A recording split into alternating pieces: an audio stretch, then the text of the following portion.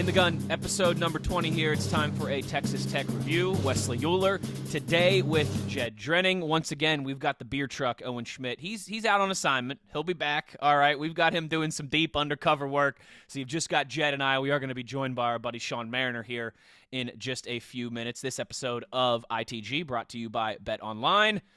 Signal caller, how we feeling? We're here. That's half the battle.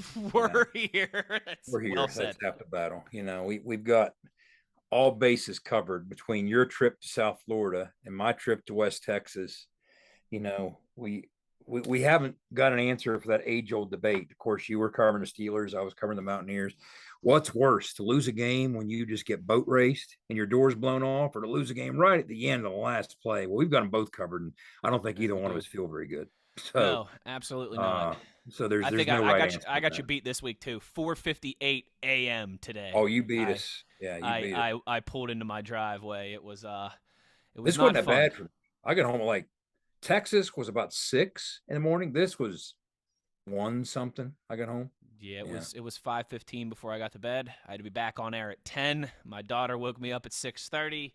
So we're just running on way too much caffeine and bad vibes at this point. Folks, basketball is back, and BetOnline remains your number one source for all your sports betting needs this season. You'll always find the latest odds, team matchup info, player news, and game trends at BetOnline. And as your continued source for all sports wagering info, BetOnline features live betting, free contests, and giveaways all season long. Always the fastest and easiest way to bet all your favorite sports and events, whether that's the NFL, the NBA, the NHL, MMA, tennis, boxing, and yes, even golf. So head to betonline.ag to join to receive your 50% welcome bonus with your first deposit. Make sure to use the promo code BELIEVE when you sign up to receive your rewards. That's BLEAV, BetOnline, where the game starts. Jed, it was another jam-packed weekend across college football. We'll pull up the top 25 poll here. What's standing out to you? Not a whole lot of shaking and baking up top, right? Clemson is still holding serve, though barely. I mean, I tell you what, I kind of thought that Syracuse was an overhyped 6-0 football team, but they battled hard. They showed well, drove DJ to the bench, you know. The Clemson defense asserted itself so they could remain unbeaten, because you got to figure if you're battling for a playoff spot and you're Clemson in the ACC, who's your opponent going to be in that ACC conference championship game? Your margin for error is so slim. You're not going to be afforded the same missteps that the Big Ten and the SEC might. So that's going to matter. Oregon keeps clicking. Since getting bombed in that opener by Georgia, this really speaks to what Georgia can be at its best. I mean, they beat Oregon 49-3 in the opener. In the 6 games since, Oregon has scored 40 or more in 6 straight games. Jeez. Bo Nix is playing lights out football. I didn't see that coming, at least with this level of consistency. They could find themselves in the playoff conversation. They could. As odd as that is, I can't bring myself to believe somebody on the business end of a 49-3 loss is going to be at the end of the day. True, but you how these things are weighted. It would take a lot of chaos. Yeah. A loss week 1 is not the same as a loss week 8. Yeah. Yeah. Unless it's 49-3, maybe. But that's a good point by you. 45 points, 46 points. Yeah. Some love for the Big 12. Oklahoma State hanging tough. As they should. That's a good football team. Defensive deficiencies are there, obviously, but they have a potent enough offense, and they're filling the holes in other ways with a dynamic quarterback and some explosion at wide receiver. So they're sitting there at 9, and TCU coming to town at number 7 in both polls will actually be the highest ranked town to visit Morgantown since Kyler Murray's Sooners back in 2018 were number 6 in both polls. But so that's kind of what I'm looking at. It's well said by you. Yeah, we will obviously have the full TCU full TCU preview later on in the week. Yeah, it's getting to be that time, about Halloween, where the top 25 gets real interesting, the race gets real interesting. We'll obviously be keeping an eye on that for you guys as we roll along here. We are going to now make this duet a trio. As if you're watching on YouTube, he slides in like Chris Collinsworth on Sunday Night Football. I wish. It's I our wish I could. WVU. It's our WVU video insider, handsome, tubby, bearded man of gold. Ladies Howdy, and gentlemen, gents. Sean Mariner. How we doing? Good evening, everyone. How are you? Well, I think Yeah. Trust I me, think I get it. and I get it. I'm on your guys coming back from Austin vibe. Sean, I know as a father of a young one, you will appreciate this as well. I already just complained about it once, but you know what? This is my podcast too. Dang it, I'll complain again. Let it rip, babes. 5:58 a.m. when I pulled into the driveway today, getting back from Miami last night. 6:30 when the daughter woke me up. And I only had to do a 4-hour radio show at 10 a.m. and then cut 2 commercials and do a report for the Penguins for tonight's Edmonton Oilers game as well, too. So, yeah, just a nice, easy, relaxing day on about 90 minutes of sleep. I can do 60 seconds if you need so we can get off and you can go right to sleep because I've been there before. The key is Shelby has learned every time I go out of town, she goes, oh, I'm going to go home and be with the grandparents and the cousins. So I normally come home late to an empty house so I can sleep for maybe 4 hours unencumbered. You dog. Well, it's funny how this works, guys, but I'm sure you've heard kids can be so vastly different. Like Dylan, our oldest, who's now a freshman at West Liberty, he never slept from the time he was born. Everybody kept telling us, oh, he'll eventually sleep. Oh, eventually. He's still not sleeping. Yeah. His whole life, he's never slept. He's just never slept. His younger brother, Maverick, he's never been an issue. I mean, sleeps like a champ, drops right out. Yeah. You wouldn't even recognize they're of the same bloodline. So maybe that's what you guys have to look forward to in the future. Big guy can sleep. Your fat buddy got in. We got in at 1. I think I walked in the front door at 1 on Sunday.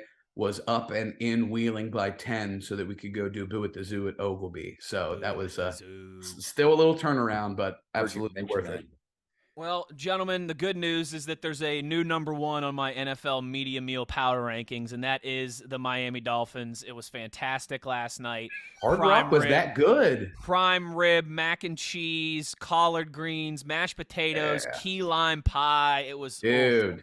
So, Sean, at least tell me you got some good food down there in Lubbock. Now, listen, Lubbock, for all of its negatives that it does have, legit one of the best food towns in the Big 12. We went to Cap Rock Cafe, which is like, I equivocated it to, it's like their version of fishbowl. We walked in, dive bar, people walking around with fish bowls. I was like, okay. Spicy cheese sticks, check. Bacon wrapped chicken stuffed green chilies, check. Green chili chicken fried steak, bang. Like it worked. I love it. Well, Friday night, Big Daddy, and I'll clue you in on a story here, Wes. It ends with Big Daddy. But Friday night, we decided, okay, where are we going to eat? There was a big debate. And of course, we got some insight because, Neil coached down there. Shane Lyons worked down there. So we got a lot of people to pitch the ideas on. Graham Harrell might know a thing or two about Lubbock. There you go. We hadn't been, which he was a rock star in the hotel. Everybody wanted to, hey, Graham, welcome back, Pre-game was unreal with him. He was a wanted man, But there's a place called Kegel Steak. Okay. Mm-hmm. We haven't been back to Kegel Steak since our first trip to Lubbock in 2012. It's a little outside of town. It's on a family ranch. Now, the last time, Sean, it was like a 40-minute trip for us. But I think because of the location of the hotel this time, we were out there in no time, like 15 minutes. Like I drove Coach Wallace's rental car. We all hopped in the van he has. Boom, we're right out there. It was pretty cool because there was a live band. It was a bunch of old cowboys. And so they put us back in the back of the restaurant to wait on our table with our buzzer. And so the band was between numbers. So they kind of came back and sat with us. We start talking to them. And as Tony likes to do, he starts interviewing one of the band members. Find out the guy's a drummer. Well, who are your favorite drummers? So he starts going through the list. Wouldn't you know it? He was good friends with Jerry Allison, who was Buddy Holly's drummer. Okay. And of course, Buddy Holly and the Crickets, I don't know if you know or don't know, but Big Daddy and I, of course, know we've been down there enough. They're Lubbock folks. Okay. So that was pretty cool to sit there and hear stories about Jerry Allison, who played in the Crickets. He was the oldest living Cricket until he died a handful of years ago. That's crazy. But Saturday, pregame meal. Okay. Tony and I were beside ourselves. First of all, this booth is luxurious. Best booth to broadcast from in the Big 12. So much space. Amazing space. Now, the food was out early, and you could smell it wafting down the hall. It was amazing. And I can't even begin to tell you what was on there. There were these braised ribs. There were cheese au gratin balls. It was unbelievable. It was off the hook. It was a combination of Mexican and amazing. So I went down early and grabbed a plate. Tony grabs a plate. And so we ate earlier than we were eating. So meanwhile, by the time Coach Wallace goes to eat later on, all that food's gone. And he says, all they got down there is like hot dogs and this and that. And we're like, well, what happened? It has to be somewhere down there. Well, I mentioned this when I got down to the field, right before kickoff, I mentioned this to Big Daddy. And he's like, dude, you ate ESPN's food. Yeah. They at locations like this, the TV crew, since they're there so much earlier than any media members, they have their own meal. And then when the media arrives about 2 hours, maybe 2.5 before kick, the media get their meal as well. Jed's up there pounding ribs and high-class 5-star cuisine. That was the single greatest pregame media meal of my life. Now I know how the other half lives, right? So I told Tony on the air after Big Daddy told me, I said, I think there's a warrant out for both of us in West Texas now. I love it. I did the same thing at the 2019 Combine. In Indy, I ate the NFL Network food. And I'm standing there in line, and I look up, and Peter Schrager's standing right next to me. Schregs, like all, like 6'4" of them, just looking at me like, you don't belong here, buddy. Wes, what's the one rule that we learned in J school? If you act like you know where you're supposed to be, even if you're not, nobody will question you. Like, yeah, no, I'm supposed. This is my meal. Here's the rule that I learned growing up in Tucker just walk tall and act like you own the place. That's right? it. It's easier to ask forgiveness than permission. 100%. And you know what? 100%. Especially the way the rest of the day unfolded. Yes. That's the greatest mistake that I've ever made in my life. I am so glad I made that mistake. Real quick, I do have to mention this to you guys. You'll get a kick out of this. And I realize this is a WVU podcast. Our fans want to hear about WVU. They want to hear about the game. But give us just a moment of serenity here as we all get through this together. The Miami Dolphins at Hard Rock Stadium. First time I'd been back there, by the way, since we molly-whopped the Clemson Tigers in the Orange Bowl about a decade ago. They have a club in the end zone of the stadium. And I'm talking a Miami nightclub in the end zone of the stadium. Lights off, strobes, DJ, leather couches, bottle service, dance floor in the end zone of the stadium. And since it was a night game last night, it's you can see the lights and everything in there going. It was hilarious. Me and Billy Hillgrove and Max Starks walked through there before the game because we were like, we got to check this out. And it was a Miami nightclub. The fancy leather couches and the big cigar ashtrays and the bottle service. It was hilarious. Called Darwin's 2012. When we were there in 2012, we stayed at the Fountain Blue, right? Like one of the premier Miami Beach. Where the Rat Pack back in the 60s, they're hanging out. The nightclub there was like $400 a night to get in. It was ridiculous. I can't even remember what the name of it was. But that same nightclub was the nightclub in Hard Rock Stadium in 2012. They had a partnership deal. Now, obviously, I doubt it's like Club Live, isn't it? Live. Yes, that was it. Club Live. You were walking into $500 a ticket for the one at the Hard Rock Stadium. Yes, it was $500 a ticket. You'd walk into the team hotel at the Fountain Blue, and you felt like you were in Star Trek: The Next Generation. I mean, even the lobby, right, Big Daddy? Oh yeah, those strobe lights were going everywhere. That's Miami, man. Yeah, that's Miami. Yeah. That absolutely is. All right, Big Daddy, as we start to wrap this up. Yeah, let's wrap it up. Homecoming on Saturday. Woo! Listen, I know you don't have to. I don't want you to give anything away, but I know you guys. I know you guys got some juice playing there on the video board. Oh yeah. We're gonna be ready. Don't worry. Videos ready, music ready. We've got things in the works. I mean, homecoming here, it's always something. You know what I mean? We'll have some good presentations. Halftime alone, where they crown everybody in the band show. It's gonna be worth it. I know there'll still be people there. There are going to be people around. Alumni band pregame, alumni band halftime. We're going to be all right. We'll be all right. And I tell you what, it is similar to Baylor a couple weeks ago.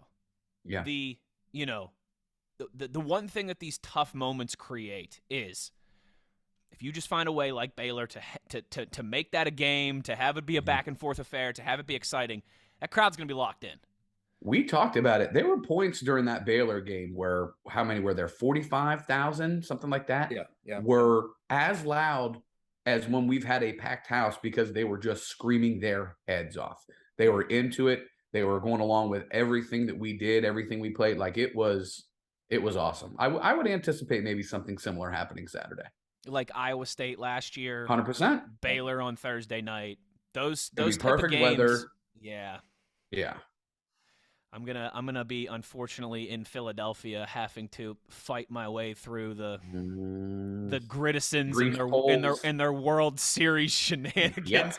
Although that should make it easy for me to get a cheesesteak for dinner in the evening. Yeah, you'll be fine because everyone will be locked to their TVs. It's gonna be a ghost town. But yes, this will be one of the two WVU home games that I have to miss this year due to duty calling with the Steelers in the National Football League. Sean Merinar, ladies and gentlemen, make sure you're following him on Twitter at Big Daddy Merinar. He is our insider. He is the man. He is a good friend of all of us, and hopefully to you guys as well by this point in the ITG timeline here. Sean, thanks for joining us as always, buddy. Thank you. See you Saturday. We're going to take a quick break here. We come back on the other side. We will get into some of our game recaps. We made some projections and some predictions last week. How did we do? We'll let you know when we return after these words from our friends at Toothman Ford. I'm talking with J.R. Toothman of Toothman Ford. J.R., everybody knows a lot of pro athletes buy from you. What's the secret? Just like Will Greer, future Hall of Famer Frank Gore, James Washington, and many more pros, these guys have financial advisors that are always looking out for them to save time and money, and that's why they always shop at Toothman Ford.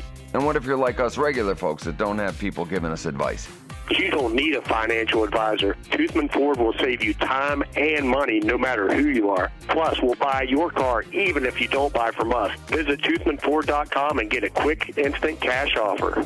That sounds like a score to me. That's right. And as always, we'll take anything in trade from chicken wings to Super Bowl rings.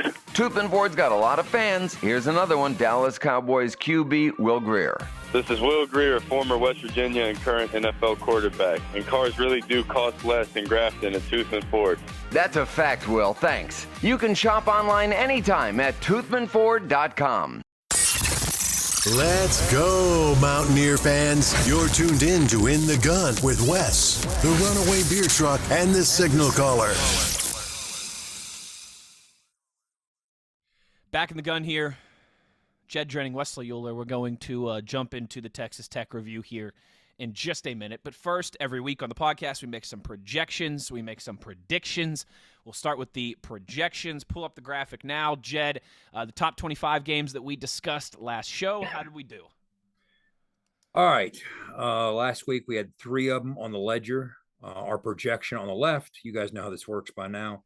The actual result on the right. Our projections, of course, if you're somewhat new to this, are based on what the point spread is, what the over-under is, and we try and come up with the closest football-ish score as a projection. Clemson, our projection was 31-17 over Syracuse in a battle of ranked ACC teams.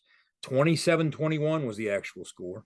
Oregon, we had Oregon as a 38-31 winner over UCLA in Eugene.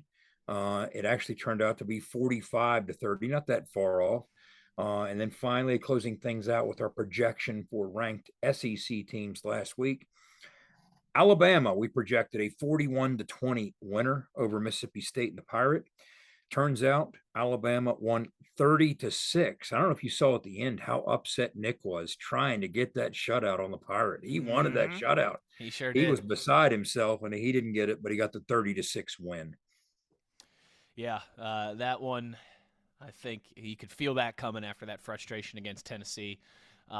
Big 12, I called it moving Saturday, I think was what I called it on the podcast last week. There were some games with some big implications. Texas and Okie State, K-State and TCU. Could Kansas keep the magic alive down in Waco? How did we do in conference? Again, if we pull it up and look on the left at our projection and on the right with the actual score, Baylor was favored by 8 over Kansas at home. We projected them as a 33-24 type winner. Turns out they won 35-23. So we projected 33-24, 35-23. We weren't that far off on that one. The projection wasn't. Yeah. Texas, Oklahoma State. What a dogfight this turned out to be. We projected, because Texas was curiously favored, 34-27 was our projection. Longhorns over the Cowboys on the road in Stillwater. Turns out Oklahoma State came from behind and won a shootout 41-34 at T. Boone Pickens Stadium. And then the other big one, the battle of the day in the Big 12, or one of a couple. Yeah, what a wild game that was. It was TCU hosting Kansas State with the great Adrian Martinez mystery. We can't seem to get to the bottom of why he left that game, and Will Howard came in. But we projected TCU as a 31-27 winner. Turns out a few more points than that, but not many. TCU came from behind, down 28-10 at one point. Wes, we actually watched this, or I know I did, on the flight from Austin. So that made you guys got cable on, or did you just? Oh, you're not kidding. You're not kidding. You have to. You have to. I gotta talk to Mr. Rooney. We don't have cable on the Steelers play. Yes, we have about 7,000 movies and TV shows that you can choose from, but not cable. Well, I watched TCU come from behind, scored 28 unanswered points, down 28-10. They came back 38-28, but like I said, odd game. And we'll get into the preview with TCU, but there's this strange connection with TCU and injured quarterbacks for the opposition. I don't know if you've seen that or not. Well, yeah, and then they're always out there trying to take, Clint Trickett's head off and things like that. Oh, wait, what happened? Hold on, wait a second. Yeah. Hey, what's that all about, Whoops, sorry about that. Pull the Costanza. Look, if I'd have known that was wrong, If I was known, I wouldn't have said anything. Yeah. But anyway. The headshot on Deggy in 2019, what happened? Oh, yeah. Yeah. So that's how things panned out in the Big 12. It was an interesting. I tell you what, Texas again with another double-digit blown lead. TCU, It looks like, oh my goodness, could they get blown out? They end up winning comfortably. It was a big Saturday. In 2 years. Yeah. Fifth double-digit blown lead in 2 years. I think it's their sixth. You've talked about that with Sark before. It's just he has not learned how to put those games on ice yet. And I thought this was a big test for them in the sense that, you know what else they haven't done, Wes? They haven't played well outside of Austin. Yeah, that's true. And that continues. They didn't do it last year. They still haven't done it this year. They got beaten Lubbock. Now they get beaten Stillwater. So they've yet to entirely, as talented as they might be, when they give you their best shot in Austin in front of that home crowd all lathered up, they're dangerous. We saw it against Alabama. We saw what they did to us. But they still don't have gone and will travel quite yet. But they're still trying to turn that corner. They certainly are. All right, Jed, those were the projections, that we made. Now for some predictions. Signal caller of the week, where Jed tells us which quarterback in the Big 12 will throw for the most yards. How'd you do? All right, I went with Quinn Ewers. There's my 4 X's. Top 3 finish, though. You're at the podium. I'm always in the top 3. Who cares? Look, I score each week. I just don't knock it out of the park. Who cares? But I picked Quinn Ewers to throw for the most yards, and I kind of got excited. I was thinking that, hey, against this 10th ranked pass defense of Oklahoma State, and he did put up some yards, but 319 yards was good for only 3rd in the Big 12, as you can see on the graphic. Spencer Sanders crossed the sideline in the same game, led all Big 12 passers with 391, and unfortunately, Baron Morton, we saw up close and personal, throw for 325 against our Mountaineers. So I finished 3rd, which, as the scoring goes, that's good for 2. We'll get into the standings on Wednesday, or on Thursday, I should say, but it's good for 2 points, I think it is. I think so. 3 points, man. 3 points. 3 for 3rd. Yep. Big O, the beer truck, who is out on assignment right now somewhere deep in the heart of West Virginia. Not so good for him. There's only 12. Jed, what if I told you there's only 10 teams in the Big 12? He wasn't even sniffing the top 10. I'll tell you what, Devin Neal, I don't know what he did to upset Devin Neal, but he needs to stop trusting Devin Neal, right? This is the 3rd time he's picked Devin Neal. The first time he picked him, he finished 13th in the Big 12 in rushing. This time he finished 14th, and then one other time he finished 5th to give him 1 point. So he's picked him 3 times and got 1 point. Give up on Devin Neal. I get it. He's dangerous. He's explosive. He's all those things.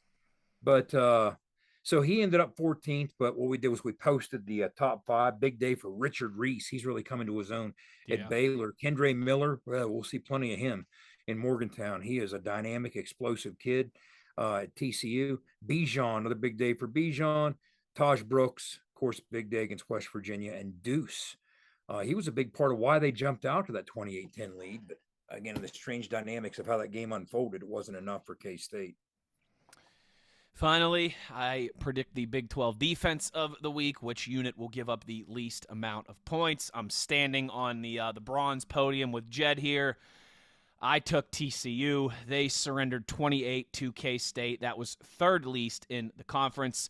Baylor with 23 against Kansas, and of course Texas Tech with just 10 against WVU is your Big 12 defense of the week. Yeah, there was a point when they were up 28-10, kind of looked like you might be in a little bit of business there, right? Yeah, and for that matter, there was a point when Baylor was way up on Kansas, blowing their doors off. And to Kansas's credit, with their backup quarterback in the game now, Jason Bean, who looks like he's going to be their starter, at least for the time being. I don't know how long it's going to last. We can't seem to get clear information on that either with Jalen Daniels. But nice job by him mounting somewhat of a comeback, but they fell short in Waco. Yeah, I was feeling good at a point there on Saturday night. And that wasn't just all the mixed drinks I was having at Margaritaville on Hollywood Beach, all right? Hey, fins to the left, fins to the right. It's time to get into our Texas Tech recap. We will do that when we return. Wesley Uhler, Jed Drenning. But first, these words from our new friends at Fortis. For nearly 20 years, Fortis has been the nation's leader in providing guaranteed roof performance programs for commercial buildings. Fortis offers roof performance solutions that feature extensive initial and ongoing reconditioning for commercial buildings as an alternative to traditional replacement, with long-term performance guarantees that are backed by global leader Lloyd's of London. Fortis offers a comprehensive range of roof performance management programs that provide financial security, extend the life of our customers' roofs, and make a significant impact on ROI. Fortis is currently improving performance and increasing ROI for customers at more than 4,800 locations, with more than 140 million square feet protected, including many Fortune 500 companies that have turned to Fortis to save money, gain financial certainty, and extend the life of their existing roofs. Fortis has helped customers save more than $520 million in capital roof replacement costs for an average ROI of over 250%. To learn more, visit fortis.us.com. Fortis, roof performance and financial certainty guaranteed. For more West Virginia Mountaineer football content, be sure to follow us on Twitter @InTheGunPodcast. Game day got you on the go? We get it. GoMart is here to keep you going all season long with stores throughout our home state. We're a proud West Virginia-owned company, and our friendly staff is committed to serving our communities. From fuel to freshly brewed coffee and snacks, a stop at GoMart to cover your game day needs is always a touchdown. Plus, GoMart Rewards members earn points with each purchase to redeem for discounts on gas and free items. So stop by, start saving, and stay on the go with GoMart. All right, back in the gun here. Maybe we buried the lead a little bit 25 minutes into this episode. We know what you guys want to hear about. It was that tough defeat down there in Lubbock against the Red Raiders. Jed, where you want to start here? Do you want to start with the good? Do you want to start with the bad? Where navigate me here, oh fearless leader. Where are we going to start this thing? Thanks for that. I think if you want to know what kind of day it was, this somewhat sums it up. On the field, for my post-game interview with Neil, okay, I started to speak, and he said, "Jed, you don't even need to ask a question." And he just went into how terrible that was, how awful that was, and everything he said was true. It was a terrible performance in every way, shape, or form. I felt going in, okay, that from a matchup standpoint, football's in part a game of matchups, right? So it's all about matchups. Yeah, we were all fearful. That's why last week we all picked their passing game and all that. We were all fearful of their passing game against our secondary, which is struggling to communicate. That's putting it mildly, right? Mm-hmm. But I thought we could fend that off if we found a way to run the football. Now, it concerned me that Tim DeRuyter had a limited history of making Graham's offense struggle somewhat in the run game. We talked a bit about that when he was at Cal and Graham was at USC. But I thought, okay, this offensive line's battle-tested enough. It's cresting at the right time. What we saw at Baylor's a good football team. Baylor's a good defensive football team. It's a very well-coached defensive team. And I felt confident coming out of that, okay, the offensive line has now developed the consistency that we need to see each week. That's going to be the key. And we'll show up and we'll find a way to run the football, and everything else. If we can run the football, everything else will fall into place. Now, the problem was we didn't run the football. We struggled to run the football for a host of reasons. It never got cranking for us. And so as a result, everything kind of imploded.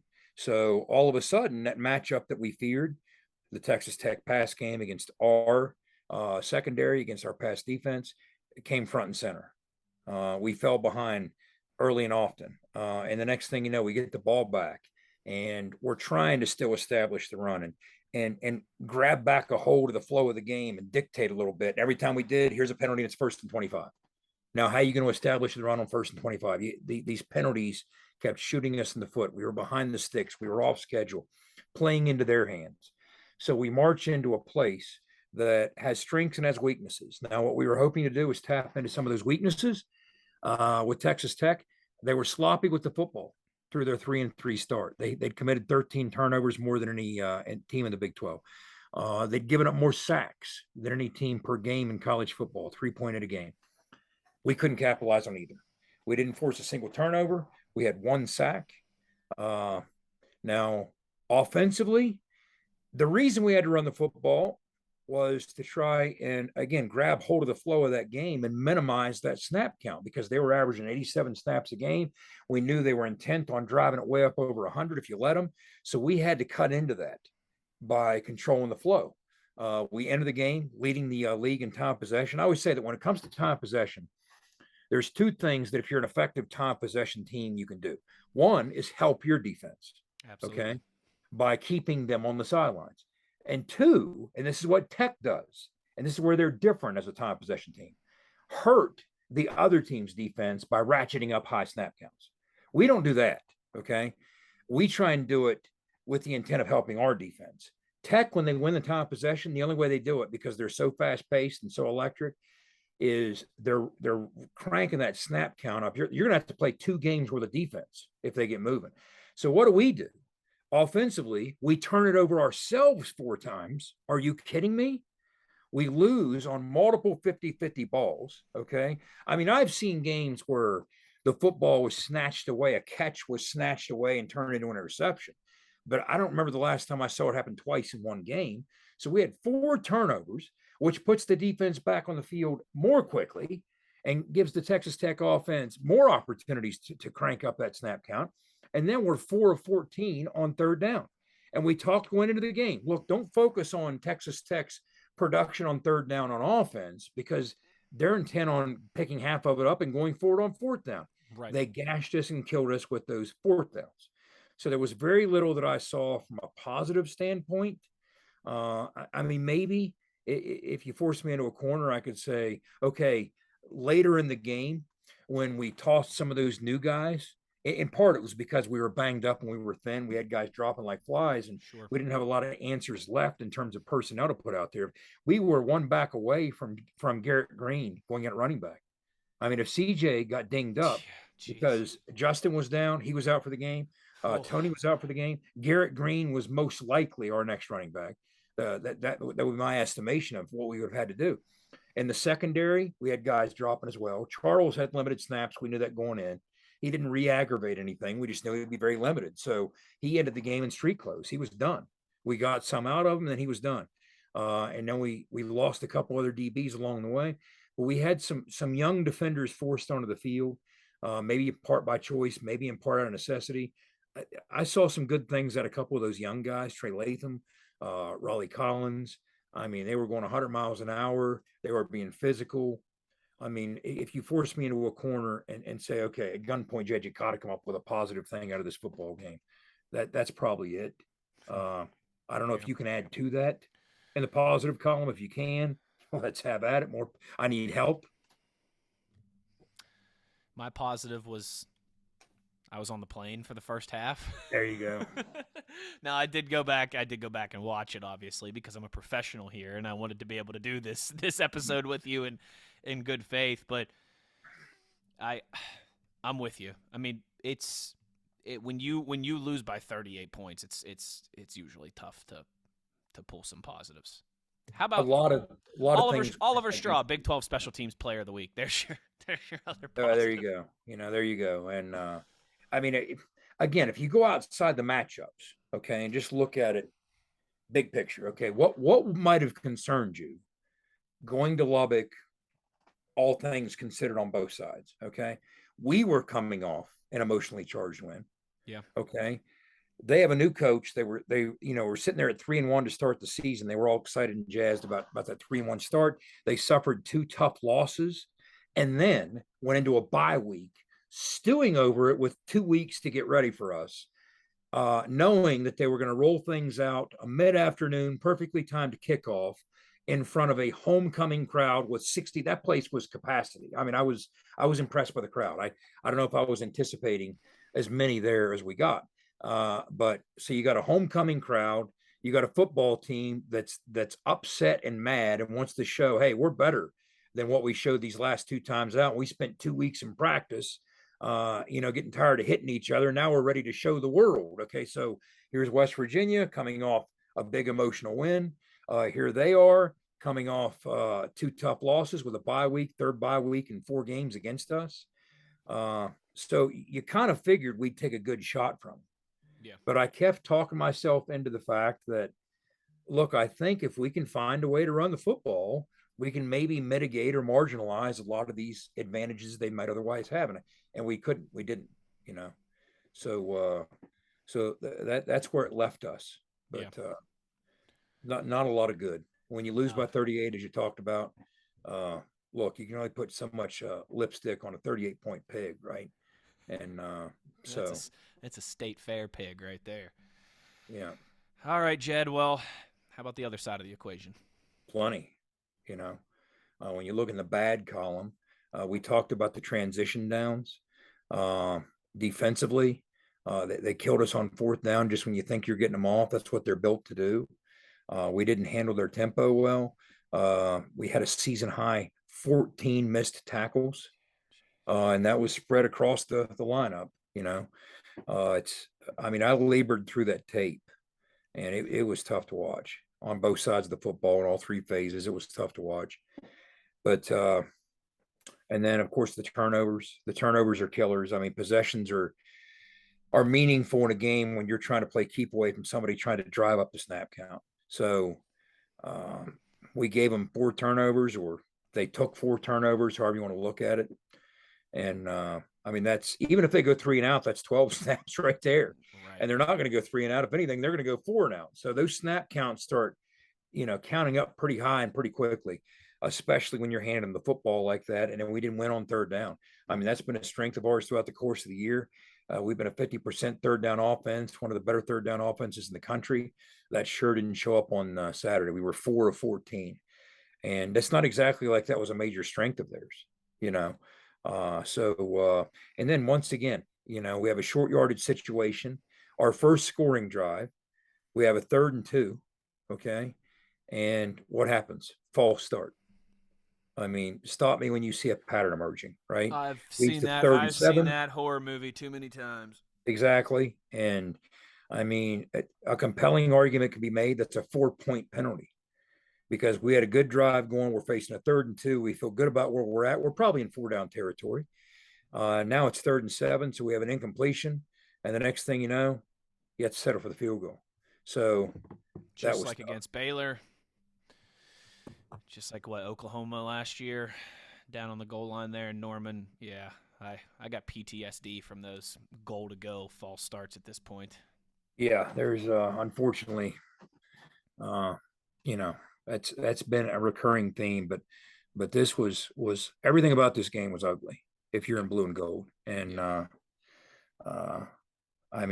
you're hoping that those involved with it, staff, players on down the line,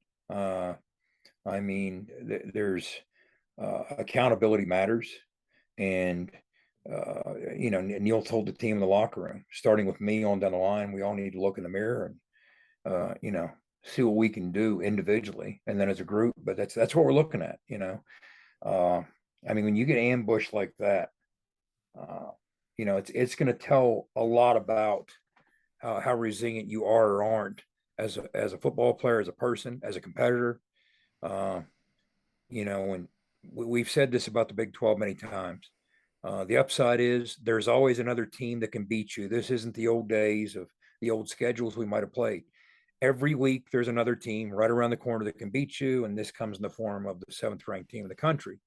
So if you want to start chiseling away and make some hay down the stretch, you better start in the next couple of days. Well, no doubt, because the schedule doesn't get easier. I mean, No. Still got TCU, still got Kansas State, still got a wounded Oklahoma, but still Oklahoma. You still have to go to Oklahoma State. It's not getting any easier. It didn't start out easy. It's well, not Iowa getting State. any easier. Iowa State has the nation's leading receiver, a top 10 scoring defense in the country, and they're 0-4 in the Big 12 when we go to Ames. I mean, who thinks that's going to be a layup? Come on. So you better get it in gear, fix what ails you, revisit what helped you beat Baylor. And I'm telling you, if we can't find a way, I mean, the corner that we had started to turn was we went from the atrocious run game of 2019 to 2020. We found some semblance of a run game, but couldn't do it against good people. Last year, we did it against some good people, but not with the level of consistency that you need. And this year, we thought we'd turn that corner. We did it against good people that are good people against the run. Right. Pitt is a stout run defense, okay? Virginia Tech was playing solid rush defense when we faced them. Baylor, again, I can't say enough about Dave Rand and Ron Roberts, that crew. So we thought we'd turn that corner despite the struggles we had against Texas. This was a different kind of challenge. And we went in there and for a laundry list of reasons, couldn't get it going. In part because the game unfolded in such a way as we couldn't afford the patience that we would like to demonstrate. Right. Because you fall behind, and then you're behind the sticks constantly. But you better fix all those things, because if you think that this TCU team is going to come to town and you can, be somewhat even of a one-dimensional football team and hang in the game, well, we know better. We know better. So you better be able to run the football. You better be able to throw the football off the run. You better have balance. You better get hatched to the football defensively. You better help that defense minimize the snap counts and don't make them play a game and a half's worth of possessions, which they did last week. So it needs to improve in just about everything we saw on Saturday. That was as tough as it gets. Yes, it was.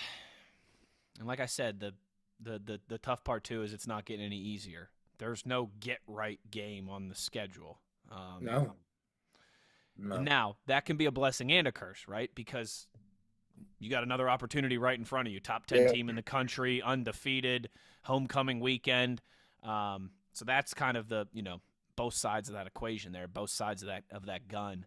Yeah, it's not like you have to come home and play 3 meaningless games that you can cruise through and win by 3 touchdowns and go through the motions. And you don't have to worry about that. I mean, you get another as much as we love them. It's not the old Big East days. A good thing Owen's not here. He'd be having it out for me for saying that, as he always does. But yeah, it's tough to see. It's tough to see the way forward now. But hey, that was ugly. You can't, you can't cry about it. You got to go find solutions, or else you're gonna have more of those down the stretch here if you don't go figure it out. You question everything in the world, including your existence, when you lose a football game on the road and you're sitting there on the bus for an hour and on the plane for a couple hours, and it's just you have so much time to fret over everything, and you're just like, oh wow, sometimes maybe broadcasting isn't for me. Maybe I should have been a school teacher. Yeah, these things cross your mind. They do. Jed, the amount of times I've been in those situations and I've been like, you know what? Right. I should have just taught high school history. I mean, what's the matter with me? What am I doing? What am I doing? You can be home on your couch. It's like, because it's like sometimes it feels as though the wins don't balance out the losses, even if they're of equal, number. I'll give you an example. I told a friend of mine, like, I turned the alerts off my phone. Obviously during the game, I can't get anything anyway, but from the course of the game through sometime Sunday afternoon, I didn't really pay much attention to my phone. I was traveling and then knocked out and then busy and then just beside myself and then trying to focus on some tape and some other things and get some work done. So when I glanced at my phone, I think I had 52 texts. Now, that same time period, last week after the Baylor game, I had you 3. Had 5, didn't you? I had 3. I had 3 texts and after a big win. Two of them were from me and Owen. Yeah, there you go. Sending you And pictures of losing, our drunken selves in the stand. I get 52 texts after the blowout that's... and 3 texts after the win. Jed, I'm sure you can imagine when the Steelers beat Tampa Bay, we get 10 phone calls. Yes, We get 10 phone calls to the show the next day. When the Steelers lose to the Buffalo Bills, we get 7 calls to the show the next day. That's just sports fans in general. I don't care if it's collegiate, if it's pro, if it's football, hockey, baseball, whatever. I mean, there's people on my phone I haven't heard from in 5 years. People, I literally haven't heard from them in 5 years. People like to bitch more than they Saturday like night to and Sunday. You know, I'm like, okay. People like to complain more than anything. Fair enough. I can do without this right now, but I'll get around to you and the 51 others here in a bit. But did you feel like an athlete after a big time performance, huh? I never felt that like that in my life. Your phone's just blowing up. I don't know what that feeling's like. You can't keep it under control. Everybody wants a piece of you. Yeah, I've never had that feeling in my life, but no, it's rough, and it's especially rough after one like that. Yeah. You know, because we just don't experience many like that, right? I mean, it had some parallels to. Again, they all kind of run together, and sure. Even in 2016, we were 10-2. If you lose on the road, you didn't want to come home. You felt like it was the end of the world. It was just everything. The rivers are running dry and the sky's falling. That's how you feel. And this one, again, because of that house of horrors that it once was for us. I remember walking in at halftime in 2012, number 5 in the country, with the front runner for the Heisman, trailing 35-7 to Texas Tech. This had that kind of feel to it. Like it just felt like it was slipping out of hand, much like it was when we were number 5 in the country in 2012. That's how it felt, and everything was going well for them. We weren't doing anything to stop everything from going well for them. Yeah. It was ugly. Other than that, Mrs. Lincoln, how was the play? That's right. Yeah, that's right. So I'm more intrigued to see. You go first, Wes. Okay, good. Yeah, let me go first on this. Now, correct me if I'm wrong. It was 17-3 at halftime? Yes. Okay. Thought just when that's driving and through the pick and Yes.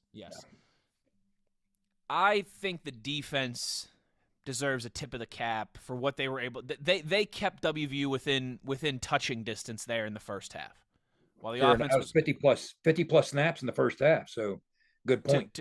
Very good point. Like in retrospect, you never say, "Oh, we were only down 14 at halftime," but in retrospect, you were fortunate to only be down 14 at halftime. Yes.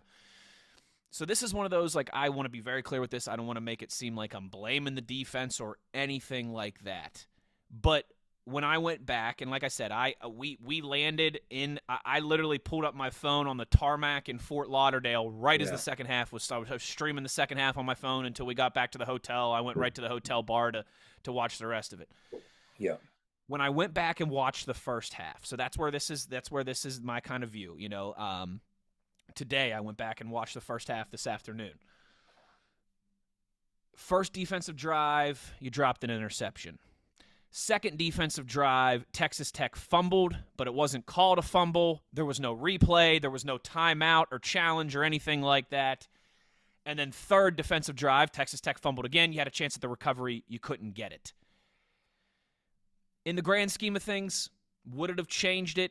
I don't know. You would have probably still lost, maybe not by 38 points, but you would have probably still lost. But if the defense is able to, those first 3 drives, 3 golden opportunities to force a turnover, that to me was at least your chance to, okay, set up the offense in short field position. Defense do their part, right? That was a big part of the Baylor victory. Defense had the scoop 6. Dante with the blocked extra point. 2 huge forced fumbles that took points, or interception and forced fumble that took points away from Baylor. It's like I said, I am not blaming the defense in this regard, but they have to have splash, it feels like, for us to win games. You know, you need some splash from your defense. You need a short field. You need a scoop and score. You need a pick six. You need something in that regard. So dropped interception on the first drive, fumble that wasn't called or replayed or challenged on the second drive, missed opportunity at a fumble on the third drive. That sequence for me was my pivotal moment. And those are all great points. And, you know, part of it, Wes, I think is a function of, and again, facing 50-some snaps in the first half, pulled them to 17. Yeah, credit to the defense for that. But as you touched on, opportunities literally slipped through our fingers a couple of times for forcing some turnovers against a turnover-happy team. So if you wonder how the most turnover-happy team in the Big 12 escapes unscathed, right there it is. They did so with some help from us. So part of what happens when you put the ball on the carpet and you end up getting it back, defensively, you're not getting enough hats around the football. That's part of it. Now, we struggled in it just, you can't overstate this enough, our struggles against tempo. So, yeah. And earlier in the year, we struggled from communication's been a shortcoming of ours defensively. That's putting it kindly on the back end. Okay. I think in some cases we might be longer and more athletic, but we don't have that battle-tested veteran savvy of those senior safeties that we had a year ago. Yeah, there's not Mahone directing traffic. Yeah. Now those guys might have missed a step, but I think sometimes the athleticism is just putting you out of position faster. Sometimes that can't happen. You know, if you're a faster defender, that can just mean you arrive at the wrong spot a little more quickly. Sure. You know, sure. But you're not getting enough hats to the football and the ball's on the carpet. And you don't get it a couple times like that, right? We didn't handle the tempo well. That comes down to communication as well, alignment. They knew that. They attacked that. And what I'm going to go with my pivotal play ties into what you're saying. Who knows what would have played out or unfolded otherwise, but we know that the way it did go wasn't the way we wanted, right? So if you have an opportunity early in the game to do something about how that game's starting against the young quarterback, right? Again, this kid's a redshirt freshman and just his second college start, bearing more talent as he might be. So what I'm looking at is the fourth play of the game. They have a 3rd down and 5. All right. At our 41-yard line, they're already driving. Now, just based on what we knew going in, we discussed this ad nauseum last week. This 3rd down and 5, is an incompletion good enough? No, they're going for it. Right? You gotta make them lose a couple yards. Yeah, you got to either knock them backwards or force a turnover. That's the only way you're stopping them here. Okay, so what ends up happening is they run and they went with what we call a Rip and Liz formation, twins to both sides. So 10 personnel back to the quarterback's left to Morton's left. So they went with a 6-man protection. The back check releases on a swing. We go with a 3-man pressure. Just chop up the front. Here we come with 3 down linemen rushing. We drop 8 into coverage. Okay, trying to keep them off balance. Give them a look they don't expect, right? Well, it worked. The look was one they didn't expect because what they did from a now I'm going to get a little technical here, but see if you can envision this. What they did from a route standpoint was they had their slots, run outs, quick outs, jet outs, and they had their wide outs, outside release vertical. And the air raid offense, you call this MOR, must outside release. Okay, outside release vertical, get the DBs turned away, and now you're pushing vertical up the sidelines. Now, it puts the quarterback in position to use the boundary, okay, to move away from the defender. Now, here's what West Virginia did. And this is why it could have worked, should have worked, almost did work. And it was a near pick. We showed what looked like one coverage, okay? We rolled to what's called 3 cloud. Now, cloud, if you've ever heard, sky coverage means safety in the flat, cloud coverage means corner in the flat, okay? Well, we rolled to the field. We rolled to a 3 cloud look. So what that means is Malachi Ruffin was the corner to the field. He was showing, pre-snap, showing like he had deep third, okay? On the snap, he kicked up and had the flat. So he has the short flat. Behind him, rotating over, okay, first Aubrey Burks, rotating to that outside deep third that looked like Malachi Ruffin had. Then in the middle, Marcus Floyd rotating to play center field in the deep middle third, and then the backside corner with the backside third bailing out. So you have a three cloud look. Well, what happened was you did confuse, it worked. You confused Baron Morton. And the reason I could tell he was confused is he made the type of throw that you make against what we call a cover two look. Now, I know I'm getting very technical, but just in trying to imagine this, to the wide side of the field, what the quarterback's seeing is a rolled up corner and a safety kicking out. Now, he doesn't realize that safety actually has deep third of the field. He's thinking it's a cover two look. He's thinking the corner's rolled up, that safety has deep half. Well, he made a stick it throw that you would make versus cover two. We confused him.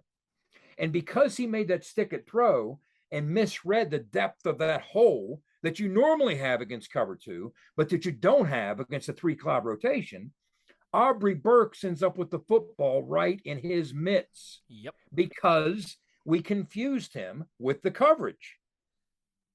You don't get many opportunities like that. It's like giving the 27 Yankees an extra couple outs in an inning. You don't want to do that, right? So what ends up happening, we confuse Baron Morton. He makes the ill-advised throw into coverage thinking, hey, it's an easy cover two stick-it throw. No, it's not. It's a three-cloud throw. You're throwing it right into the hands of our rotating safety. Thank you. Aubrey Burks can't make the catch, even though it was right in his hands.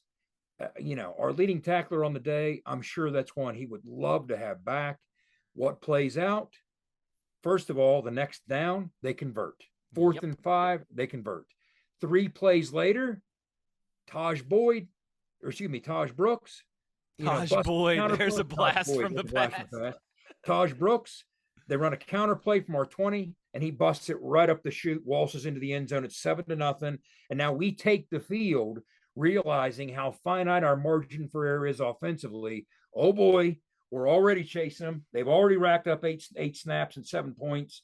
We better do something. And there's already out of the gate some sense of desperation offensively. Whereas if we pick that football off, it's our ball to 25, take a deep breath, let everything wash over you offensively, stick to whatever you got to stick to, try and sell your soul to get the first points to get, who knows, like you said.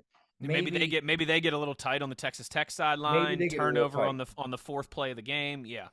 And now maybe he makes an ill-advised throw where he doesn't check down because they're playing even one possession. These things all impact everything. Football's a game of cause and effect. I say it all the time. I remember as a quarterback, even if you were up by a touchdown, you were more inclined to take even a bit more chance than you are if you're down by a touchdown, or excuse me, the other way around. If you're up by a touchdown, you look at it one way. If you're down by a touchdown, you look at another. That gave them another chance, and they made the most of it. To me, if I had to struggle to find one, it's strange to say this because when I broke the tape down, the first thing that jumped out to me, 105 gradable plays defensively. Okay. So that's what jumped out at me.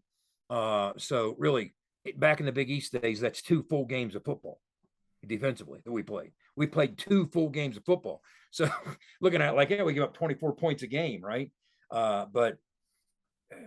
So this was play number 4 out of 105 gradable plays in the tape that I would look at as the closest thing I could come up to as a turning point. Now you could argue, maybe JT's pick right before the half. Yeah. Because we are getting the ball. They might start to pucker a little bit if you can punch that thing in. I was wondering, I thought Sam had a chance at that catch being ruled in his favor. That was right in front of us. Yeah. Out of the slot, he ran that slot fade. But if we could have done something to get that thing in the end zone there instead of the pick, now it's 17-10. We're getting the ball in the second half. You're good. Dynamic. You're in good shape. Yeah. Well, I don't know if it's good shape, but it's much better shape. Sure. Much better shape. But again, in something that turned out to be as unwatchable and ugly as that game was, you're willing to change any play early in the game, right? And take your chances. Yeah. Right. I mean, you don't know if it's one of those circumstances. You always hear the thing about the time travel. Hey, be careful. If you step on a mushroom, the whole world might blow up because this happens. Right? X leads to Y leads to Z. Yep. Well, I think the whole world already did blow up in this case. I mean, how much worse could that game have been? It was. So that's what I'd have to go with, Wes, if I had to find one. So I kind of cheated.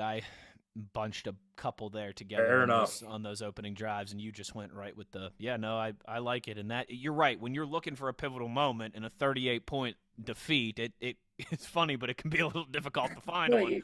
it's frustrating because it was a lost opportunity on multiple levels. Yeah. It was a lost opportunity, because of the dropped pick. But as a defensive play caller, I'm sure it was frustrating because it's a lost opportunity. This is a pretty sharp kid, right? And they got a good plan for him. They're putting him in good spots. And he's not often going to put the football in harm's way, maybe as much as you'd like.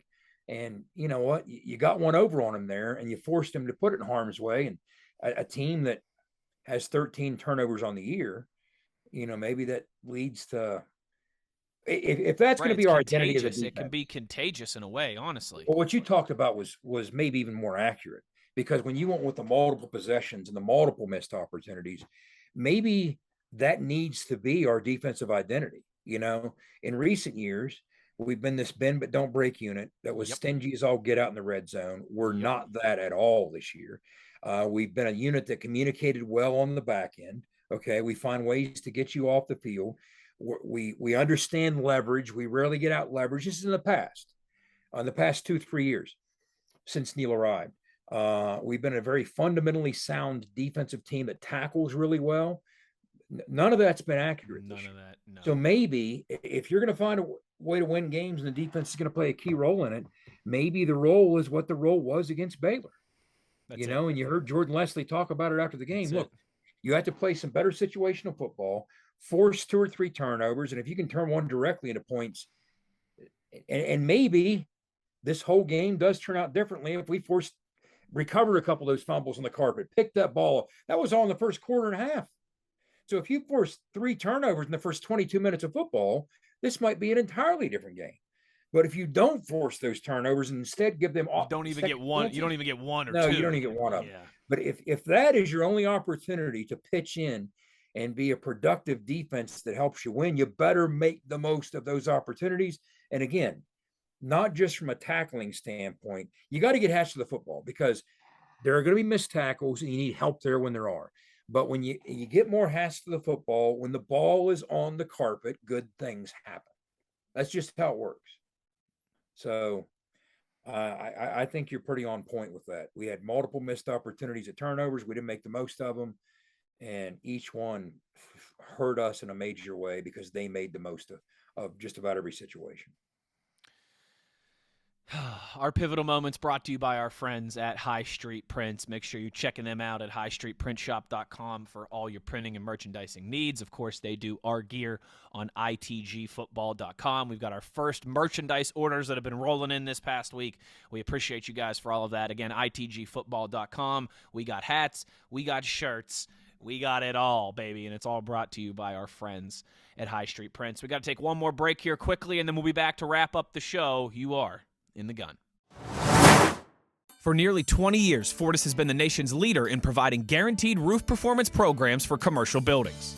Fortis offers roof performance solutions that feature extensive initial and ongoing reconditioning for commercial buildings as an alternative to traditional replacement, with long-term performance guarantees that are backed by global leader Lloyd's of London. Fortis offers a comprehensive range of roof performance management programs that provide financial security, extend the life of our customers' roofs, and make a significant impact on ROI. Fortis is currently improving performance and increasing ROI for customers at more than 4,800 locations, with more than 140 million square feet protected, including many Fortune 500 companies that have turned to Fortis to save money, gain financial certainty, and extend the life of their existing roofs. Fortis has helped customers save more than $520 million in capital roof replacement costs for an average ROI of over 250%. To learn more, visit fortis.us.com. Fortis, roof performance and financial certainty guaranteed.